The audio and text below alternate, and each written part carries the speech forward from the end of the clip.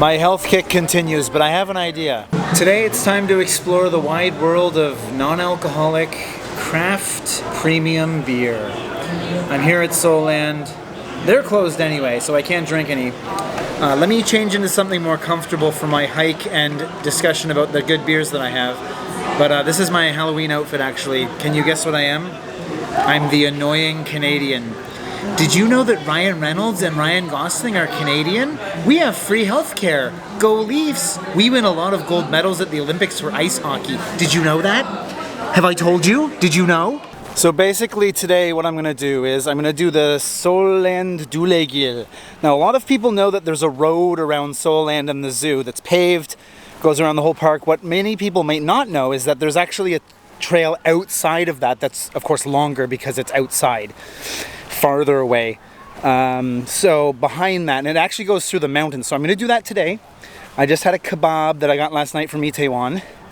And I'm going to do 4 non-alcoholic drinks. They're all craft and like premium. So this is the first one. I've done this on my channel before. And this is from Jeju Brewing. Not one of my favorite breweries, but they're pretty reliable in a pinch if you're at a GS. They got some decent stuff. Let's open this. Let's see how it tastes. That's the beginning there. I'll show you the map. This is...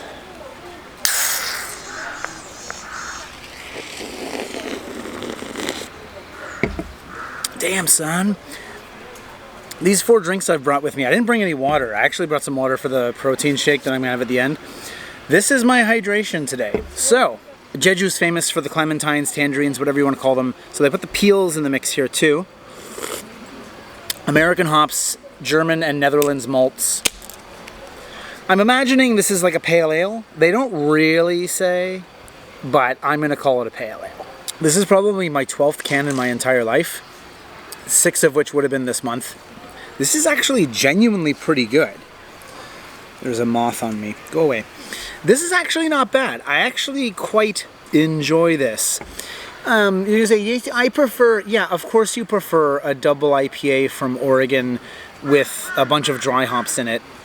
It's like if someone said like, hey, the new Hyundai Ioniq 5 electric car is pretty good. And you're like, well, yeah, well, it's not like a Lamborghini. Like, okay, but everything that's not a Lamborghini isn't shit. We have to rate things on different scales, right? Every food I have is shit unless I'm in a 3-star Michelin restaurant. You sound like a fool, right?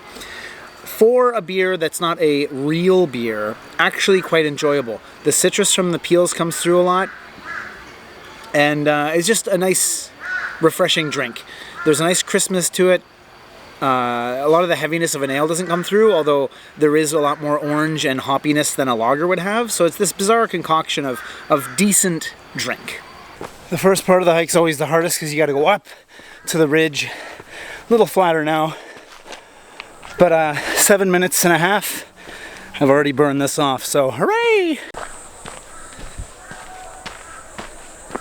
Forest fire, military. We may never know.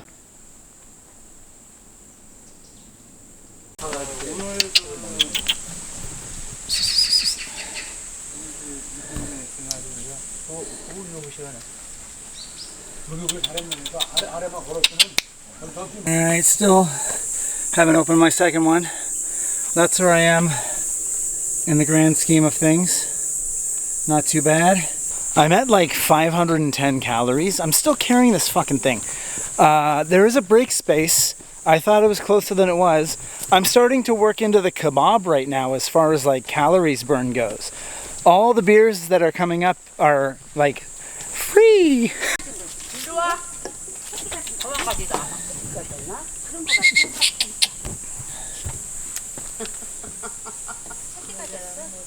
Alright, I'm here at a little break spot. There's a cat over there. This is the Deschutes. Sorry, Americans, I can't say it like you do. This is the non-alcoholic version of their Black Butte. For a long time, I called it Butt, but apparently there's a place in Montana called Butte. I'm assuming that's how it's pronounced. Anyway, this is their flagship stout, And this is an alcoholic version of it. And I found their online stuff. So basically, the malts are pale wheat, caramel, carapils, and chocolate malts. And they use Tettnang hops in here. The non-alcoholic version actually uses Cascade hops too. Kind of disappointing, because Tettnang is a very European style, which is nothing wrong with. But this is from Bend, Oregon. So, being an American beer, I'd hope that they'd use some American hops in there, especially in that area of the US where most of the hops are grown. I'm glad that they included carapils in here, because that adds a lot of body to a beer. And when you're doing a non-alcoholic beer and stripping out some of what makes it alcoholic, that can affect the body. So they've actually counteracted that. This is so much nicer than the Guinness Zero. I was going to do a video, I was going to include the Guinness Zero in this video. I don't like it though. Caveat, I'm not a huge Guinness guy. A lot of people are like, ooh, do they have Guinness at the pub? Do they have Guinness at the pub?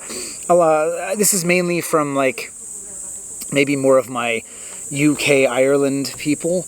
And I totally get why an Irish person loves Guinness. They grew up drinking it, it's part of their stuff. I've never taken to it in the way that they have, and the non-alcoholic version is not good. Very smooth on the way down. The chocolate malt comes through. There's a bit of like herbal kind of grassiness from those Tettnangs. So I was hoping for more of like a hit of hoppiness and bitterness from those American hops. I don't even know if, I've never had the real version of this, so I can't even compare. Honestly, the Guinness tastes like, and I was thinking about this, soy sauce. Even if it's my brain saying that, there may have been a bit of salt perception in that. This isn't bad. Yeah, the roastedness of a porter and what you want from a stoutish kind of beverage is much more prevalent in here, and the body's much nicer than the Guinness one. So, not bad.